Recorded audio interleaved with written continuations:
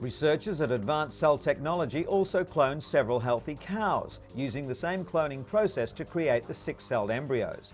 The scientists say their intention is not to create cloned human beings, but to develop immune-compatible cells to treat degenerative diseases. Although in August President Bush announced he would allow limited funding for several already existing stem cell lines, some members of Congress warned they will work to prevent further research studies in the US altogether.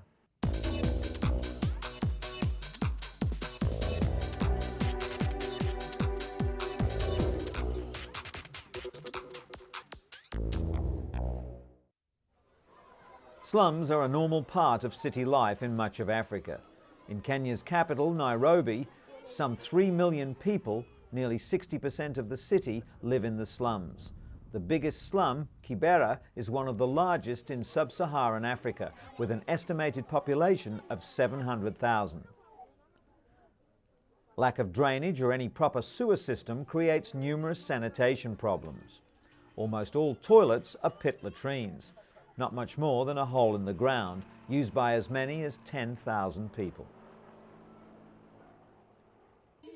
While the women do their best to keep the outhouses clean, the waste ends up in the gaping sewers, leaving disease to stalk the local population. Filthy sewer water is then pumped directly into nearby streams, spreading disease to other communities along the river.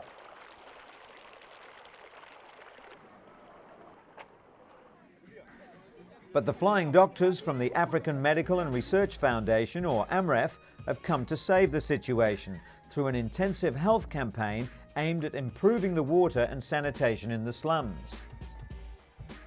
A marathon race organised by AMREF, which attracted nearly 200 runners, many armed with toilet brushes, was run through the city streets in the Kenyan capital in aid of collecting money to build good, clean toilets for the slum dwellers.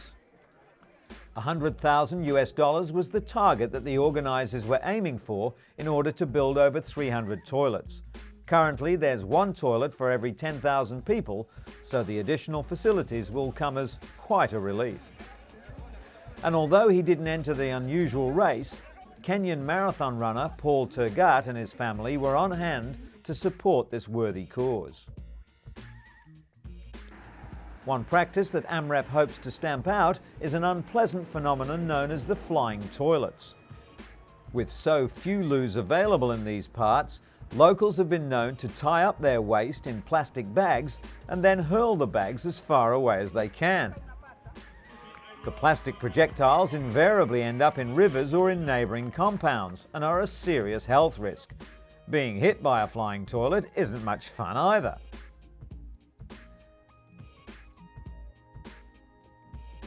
Race winner 20-year-old John Cutio told the crowd that he too comes from Kibera and will benefit as much as anyone from the day's event.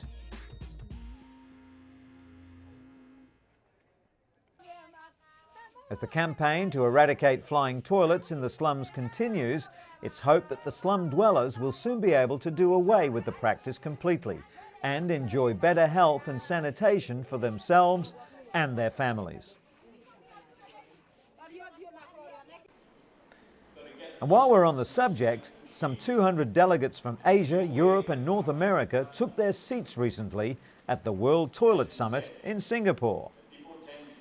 It's something people use every day, but organisers hope to bring the taboo topic out of the water closet by swapping ideas on design, public education and sanitation.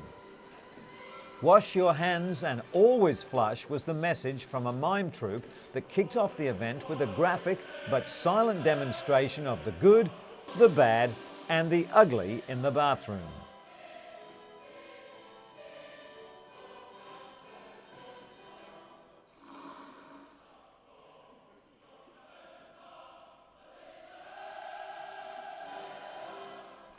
Singapore is already at the forefront of enforcing toilet etiquette with fines for not flushing and automatic devices that sense when to send the water surging. This woman's urinal from the Netherlands is contact-free. The user simply hovers over it without touching the bowl. Other exhibits included spa baths, basins, drains and bathroom fittings. While luxury items were a feature of the show, delegates were also reminded that according to World Health Organization estimates, 40% of the world's population still don't have access to adequate sanitation, leading to the spread of disease and 2 million deaths a year.